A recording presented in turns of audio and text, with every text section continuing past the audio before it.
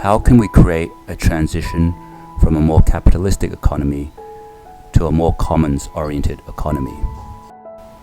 Donella Meadows wrote a famous essay on places to intervene in a system, leverage points to change a system. Number 6 on her list of ways to change a system is information flows. If you change the way the information flows in a system, its behavior will change. Because the information is taken in by the system and it has a response to it, which leads to new actions. And these new actions will then lead to new information. And this information will be taken in again. So there's this kind of feedback loop that the system undergoes. She gives an example of a city where the newspaper published a list of the top polluters in the city. This actually caused a lot of companies to change their behaviors because they didn't want to appear on this top list of polluters.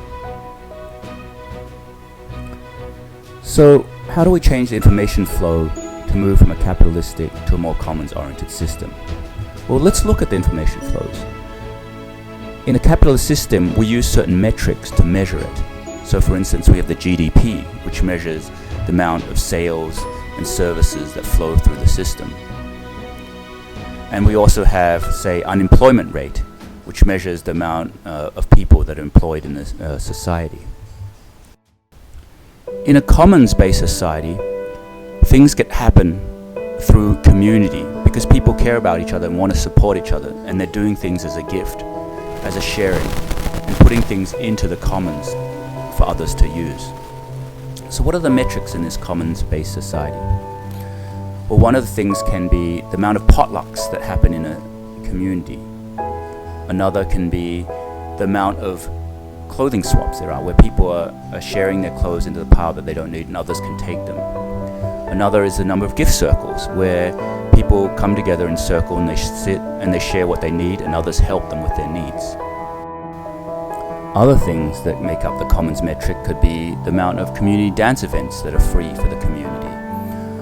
Or it could be the amount of people that have neighbors that will come and take care of them if they're sick. The amount of elderly people that have neighbors that will come and take care of them. One of the ways to create a commons transition is to publish some of these commons metrics in newspapers and websites, and then the community to orient themselves around these metrics and respond.